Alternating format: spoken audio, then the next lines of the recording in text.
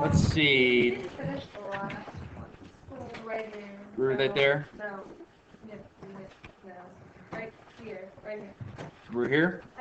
No. No. No. Labor unions were allowed to be formed. This one, yeah, this one. That one. Yeah, this Labor union stuff. Okay. Oh, that's right. So we were right about to start talking about how all these forces enacted to improve lives for the average person after industrialization. Because we can mass produce things, people can have stuff. I mean, if you think about it, without mass production, we could still have all the technologies we have. It just, they'd be much more scarce, and therefore, we couldn't afford them. But when something's specialized, it's not going to be mainstream, if that makes any sense. There's all kinds of crazy technologies out there that if you have the money, you can buy, but they're just not particularly mainstream. For instance, and I know certainly plenty of people who have it, but if you have glasses, why doesn't everybody have LASIK? Why would you even have glasses anymore? Why does everyone get LASIK? What does that mean? LASIK surgery is laser surgery on your eyes. Basically, it corrects your issues. For one thing, the technology is not fully developed yet. It can't be used on everybody. Second of all, there are risks. Third of all, it's expensive. So it is by nature prohibitive for some people. But in addition, it, like many things, is still being adopted as mainstream. Who knows? Maybe one day we will. Maybe there will be no glasses in the future because just everyone is corrected surgically. I don't know. But it's an interesting question, you know? So we have to understand that adaptation takes some time. Well, in addition, in terms of actually physical things, mass production allows them to be widespread. So life is going to change pretty much for the better for everybody. However, this change is going to be gradual. It's going to take quite a few things. It's not all at one point. Now, another thing we have to understand about the economy is there's two kind of schools of thought that are sort of warring even today, and that is about government interference in the economy. Basically, you have two ends of the spectrum, either that the government should be involved or they should not be involved. And basically, these ideas came about from a lot of different philosophers. To start on the should not be involved. One of the big things that a lot of governments started adapting in the 1800s was the idea of laissez-faire, which means hands-off. It's a French term. What it really talks about is that we shouldn't interfere with the economy. First of all, human beings are very bad at predicting things. Just look at weather reports, you know?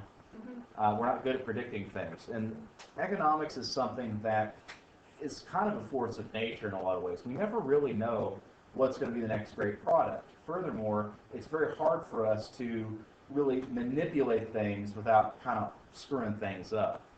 So, for instance, Adam Smith, who is an economist, wrote a book talking about the idea he had, which is the invisible hand. We shouldn't interfere because basically the economy will take care of itself without us interfering. So, for instance, right now, gas prices are expensive, yes? Okay. So why do we still use gas? Okay. Because we need to get around. Are there no other alternatives? That are expensive.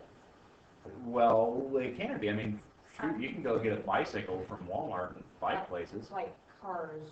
Yeah. With different sort of stuff. Sure, yeah. Sure, like hydrogen and electric. Sure. So they're prohibitive, cost prohibitive. Right now they are. See, the thing is, competition resolves high prices. Think about it this way. If you have a choice between two products and one's more expensive, odds are good you're probably going to go cheaper. You know, you might be able to afford the more expensive thing, but you know, unless the quality is good enough to warrant that extra expense, you're probably not going to buy it, yeah? So competition does two things. It drives prices down and increases quality, generally speaking. I mean, if a company wants your business, they've got to entice you. And no matter how effective commercials might be, it really comes down to those two questions, quality and price. Because if quality and price are all the same, then why would you go with the more expensive one? You know what I mean? I mean, some people absolutely do that, and there certainly is a name brand phenomenon. For instance, the proliferance of iPads over, say, any other tablet. You know what I mean? But that usually stems from because people think it's name brand, it must be a better quality. It's a fallacy of logic, but it exists, you know. So it still falls in these two spectrums, you know, quality or price. However, guys like Carnegie kind of broke the system in that regards, because if you do not have a choice, if there's no competition, then they can really set the price to whatever they want, you know, because they control an overbearing amount of the market. You really can't help but deal with them. Like, for instance, if you want high-speed internet access, that's cable, at least in Southern Indiana, I can't speak for Louisville, it's your choice is Time Warner. There's no other choice. You either pay whatever they want, or you don't have it. So this is one of those things where to have a system where you want people to have access to things that are deemed as necessary, or in some cases to prevent one company from taking an unfair advantage, you need some government interference. But how much? You know, and some people will still argue they know you don't need any government interference, and they certainly have valid points, but that's not what our society has determined. Our society says we do want some, but we don't want too much. I'll get to why that is here in a second as well. Anyhow, other writers that wrote on the subject include Thomas Malthus and David Ricardo, both of which were addressing issues of food. Now, in the case of Malthus, it was really more about supply, whereas Ricardo, it was really about demand. Basically, meaning Ricardo was saying the reason there's not enough food, the reason that the food is expensive, is because there's too much demand for it because people are having too many kids, which actually to some extent could be true. And it's interesting if we look at traditional society versus industrial society, we do see this drop-off of numbers in families. You know, for instance, I can't speak for every single family here, but odds are good. If you go back to your great-grandparents, there were big families, and then to nowadays, it's much smaller. Like, for instance, my grandfather, I think, was one of 12, and then my mom was one of 6, and I'm one of 2. The reason behind that, my grandfather grew up on a farm. And whenever you're farming, more children equals more hands working the farm. With more work, you can actually make it work to where you have more resources, not necessarily money per se, but more food, more whatever. So having kids was good financially. It was a good financial decision. Industrially, where we're not growing our own food, we're getting a wage, more kids equals a bigger expense. We have to feed those children, we have to clothe them, all these sorts of things. So children are a liability. So that's why you see less children, because they actually hurt the family. Having a kid in our society now is difficult financially, not a benefit. You kind of see what I'm saying? So this is a different attitude about things. So that's kind of where this is coming from. And to some extent, yeah, we can understand what he's saying, but also that's not really true because technology has increased today, at least, that through agriculture we could feed everyone, we just don't. And the reason comes down to incentive. What incentivizes us to go out and participate in the economy? Why work? Money. You need money, sure. I mean, you got to pay your way. If you want stuff, you got to have the money for it. And in fact, I think we would agree that jobs that pay higher wages have more of an incentive than those that pay lower wages, yeah? I mean, don't get me wrong, there's plenty of very rewarding careers that people feel, good about doing that pay very low, but a majority, I should think, or a significant number of Americans are incentivized to have a decent paying job, a good paying job. Otherwise, why would you go to college? Why not start working immediately? So there is that incentive as well. However, I would argue it's not the only incentive. Indeed, let me kind of pose a theory here to you for a second. Just work with me on this. It might take a little bit of suspense and disbelief, but just work with me on this. Imagine, if you will, a world. We lived in a world where there was no scarcity, where literally anything you wanted, you could be had with that. There's no money. No need, I mean, you just, walk up to a machine and pull whatever you want out of it. Sort of like super 3D printer. Okay? What would you do? But you can have as much as you want. What would be the point? I get a TV, lots of snacks, and every video game that I ever want. Sure. I could last me forever. And some people certainly could do that. I mean, most of the time I ask people this question, it's like, I'd party forever. That would get really boring after a while, It would. you know? You'd be Now, tired. here's the thing is, people eventually would find what they're passionate about. Hobbies, things like that, yeah? Which, by the way, is another name for work in a lot of cases.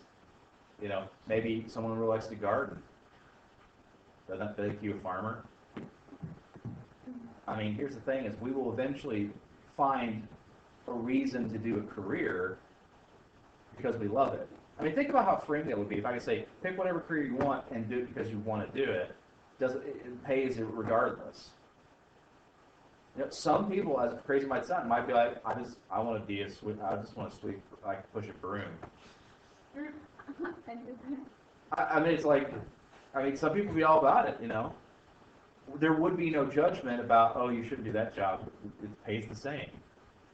There is no pay. There's no money. You just get whatever you want. You do what you do because you love it, and that's it. Not because you want to make more money. Right. There's no reason to work overtime, but I mean, you keep your days full. Think about what retired people do. Heck, my dad's busier now he's retired than he ever was whenever he was working. Mm-hmm. So this is an interesting conundrum. Now, obviously, this is not really possible because we have scarcity. Things are limited, and you can't just get whatever you want. So we have to have a system of dividing that. But what I've just described to you, this whole idea where everybody gets what they need, is socialism, in a nutshell. I mean, it's a perfected form of socialism that's not really possible, but this is kind of the idea, is that one group of people shouldn't control all the power and all the wealth. Everybody should equally. They should get whatever they need. I mean, think about it today. If we just got rid of the idea of money, we could feed everyone in the country, we could clothe everyone in the country, everyone would have the medical care they needed. Because we're not concerned about scarcity, we're concerned about taking care of people, But that's not how our system works, We divide it based upon resources, a figure, basically an idea we have that is money. So, the reason behind that, more than anything, isn't so much because of incentives, because we just disproved that, is because how do you make a society like socialism work? It basically relies on everybody doing the right thing because it's the right thing. And that's not how people work, to be perfectly honest. It's just the truth. People will cheat, they will lie, they will steal. If you have one person in control of everything, what's to stop them from just taking over and screwing up, or deciding some people get more than others? A group of people couldn't do it. There's just no pragmatic way of doing it, except on very small scale. Like in small scale, it actually does work. A great example of that is in Henryville, Indiana, when the tornado came through and destroyed everything. Everybody got out and helped everybody else, loan each other. It's like, you don't have a pair of shoes, here, take this pair, you don't have a pair of gloves, this, and just, heck, there was the one guy, he drove from Indianapolis, heard about what happened, threw a chainsaw into his truck and just drove there. He didn't know anybody there. He just people needed help. That's socialism in action. It just isn't sustainable. It doesn't work in the long run. So in paper, it's great, but it doesn't really work, So that's sort of the other end of the spectrum where you have basically, it's not really government involvement. Because to be perfectly honest, socialism isn't a government. It's not even an economy. It's a philosophy. So when people say someone is socialist, they're not really talking about anything pragmatic. Really all socialism is an idea that the means of production should benefit all. So that's, we throw that word around, it doesn't really mean what we think it means, All right, so let's talk about folks who do want government involvement. Utilitarianism. Utilitarianism is a philosophy that develops and is created basically around the idea that some government involvement is necessary. But here's the question: how do we determine how much government involvement there should be? Well, the idea is we measure it mathematically, essentially. Utility basically is a mathematical term for good. How much good something does. To put it in other words, if you guys have ever had a decision to make where you have two good options and you don't know what to make, so you make a pro and con list, that's a utilitarian approach. Basically, which has more benefit, which has the better good, and that's what you do. Only utilitarianism is aimed at the good of the many, not of the few. So you're not really interested in protecting rights per se. For instance, you could look at a question and say, like,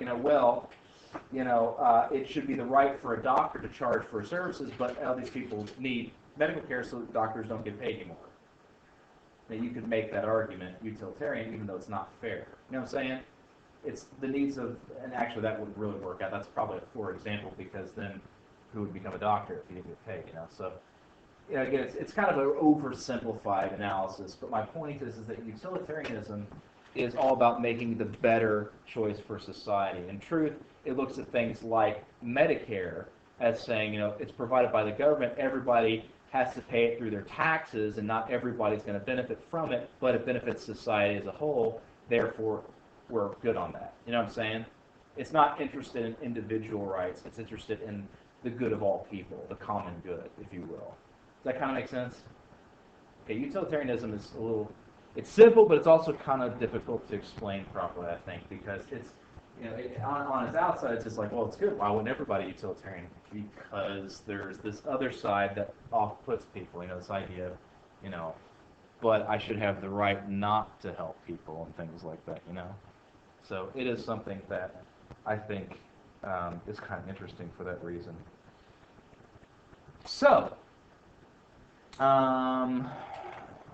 is that it? Yeah, that's it on there. All right, so I'll give you a second to finish that up. Actually, no, I won't. You can check it on YouTube. But another group that focused on the good of the society over individuals, again, was socialists. Now, the means of production, what this means is factories, farms, mines, for anything that produces something. So you can think companies, in essence. And basically, it was focused on that. That should be owned by all people. How you do that is the big question mark. Like I said, it's a philosophy, not a type of thing we should go do. Like, there's never been a socialist government, not really, because we don't really know what that looks like, to be honest. It's not like a recommendation that you go do this. It's not this type of government. It's an idea. And how we go about that, there's different ways. For instance, ideally, if you had a perfect socialist utopia, we just evolved to a point where we no longer needed money. We no longer needed to distinguish between ourselves with wealth or items or goods, anything like that. We just went to the betterment of all people, I mean, that's not really believable in a lot of cases, but, it's a nice fairy tale, if nothing else. By the way, that's also Star Trek, in case anybody is nerding out real hard for a nerd now. It's fine, don't worry about it. Anyway, but that's basically the idea there. And like I said, it's again, on paper, it's like, hey, that'd be great, but it doesn't work. Sort of like pure capitalism doesn't really work in terms of being a sustainable system. Anyhow, the other philosophy we're going to talk about is a form of socialism that is often confused, but it's not the same thing, and that is communism. I think I've heard communism before, communist. Okay, so let's talk communism for a second. To understand communism, we're going to foray briefly into sociology. In sociology, there is a particular perspective, theoretical perspective, referred to as conflict theory.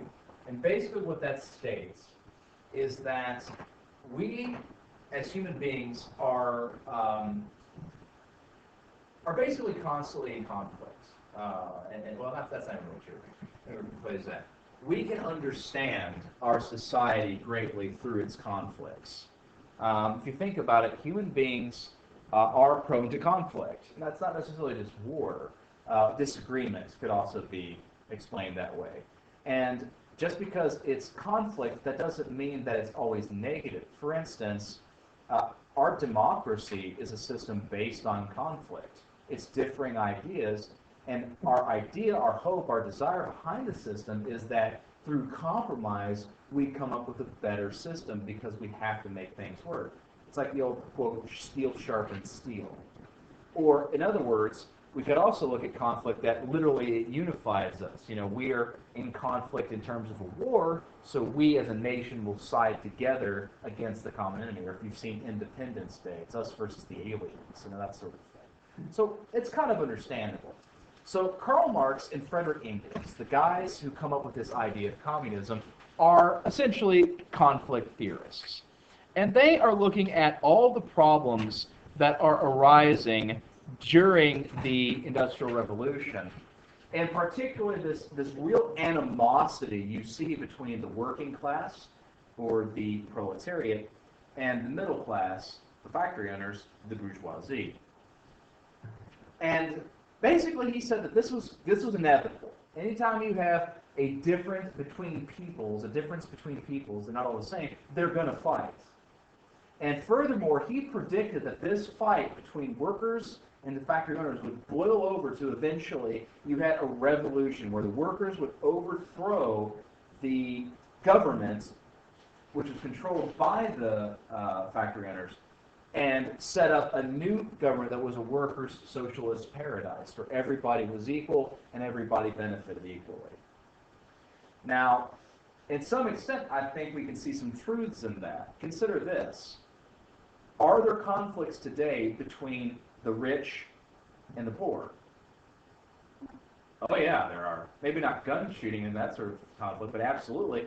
Look at our government. How much of it is dominated by the economy right now? You know, so much of it's the 1%. You know, that was thrown around in the Occupy Wall Street movement. You know, that was all about, you know, the rich capitalist versus the everyday working person. I mean, it's totally still around. So we can kind of see it. However, it never broke out into revolution. And there's a few reasons for that. It never happened. But this whole idea was explained in the Communist Manifesto and was adopted by many workers who felt downput because, hey, this was a system for us. Have you guys ever seen or read the book Animal Farm? Yes. Okay, so that talked about how communist revolutions tend to go. Because here's what happens. Because there's several countries that became communist. And when it did, the leaders of the Communist Party, the folks overthrowing everything, set themselves up as the new government.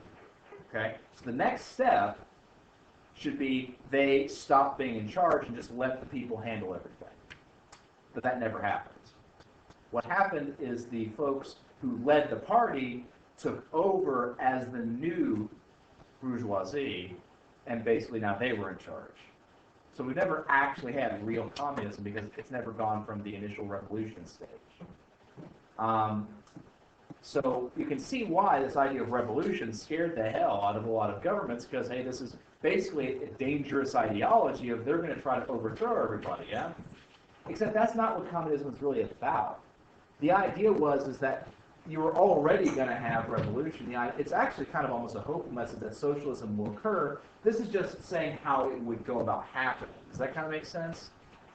So it's not that communism is saying, yes, go revolt against your government. It's more like class struggles inevitable, and eventually people will work stuff out.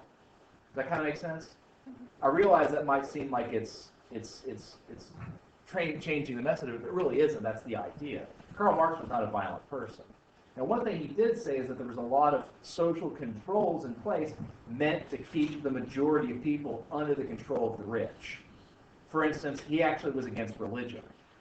He often said religion was the opiate of the people, opium being a drug, meaning that people, instead of fighting for their rights and getting angry and trying to change things, would basically just passively go about stuff because, oh, it doesn't matter, it'll be better when you die. So when you say godless communism, which is something that people comment about why communism is bad, that's what it's talking about. Because in a lot of communist states, religion was made illegal. So this is kind of what the other thing. So the International Workers' Revolution thought was going to happen. It never happened. Why? Well, there's a few reasons for that. That's Karl Marx, by the way. Looks kind of like Santa Claus guy. Oh, Santa. There used to be a little toy that was a Tickle Me Mark. It was like Tickle Me Elmo. It was silly, weird. Anyways, so interesting enough never happened. Why? Well, first of all, people do not identify by class; they identify by nation. We tend to identify by our background, especially in the 19th century, where nationalism is so prevalent. So they weren't willing to just go side with other people from other countries. Second of all, there were so many reforms being passed after the introduction of folks like, John Stuart Mill and Jeremy Bentham and these ideas of Methodism and utilitarianism, that life started getting better. So these pressures that made people angry started basically evaporating. And by the end of the Industrial Revolution, life was good. People were happy about the way the situation was. So basically there were those who still liked the idea of communism, as there still are, but it doesn't play out like Marx thought it would. So it doesn't ever actually happen. Does that kind of make sense? So the situation is that we have these different philosophies come out of industrialization because it starts off really bad. And the thing is, if you look at countries that are in the process of undergoing their own industrial revolution, we can see much of these same problems, which is why, things like aid for Africa or Southeast Asia often do not really benefit the people there. In fact, it can often act to make things worse. So there's been a lot of study into how to properly go about aiding countries like this. And also, it's been a big issue in terms of environmentalism, because as we already said, the amount of pollution that was generated by Britain alone was really catastrophic. What if every nation in the world industrializes? What's that going to have in terms of access to the planet? So industrializing today is very difficult because we've already been through it and we know what the problems are. But anyways, we'll get to that a little bit later. Have yourselves a great weekend, everybody. See you all on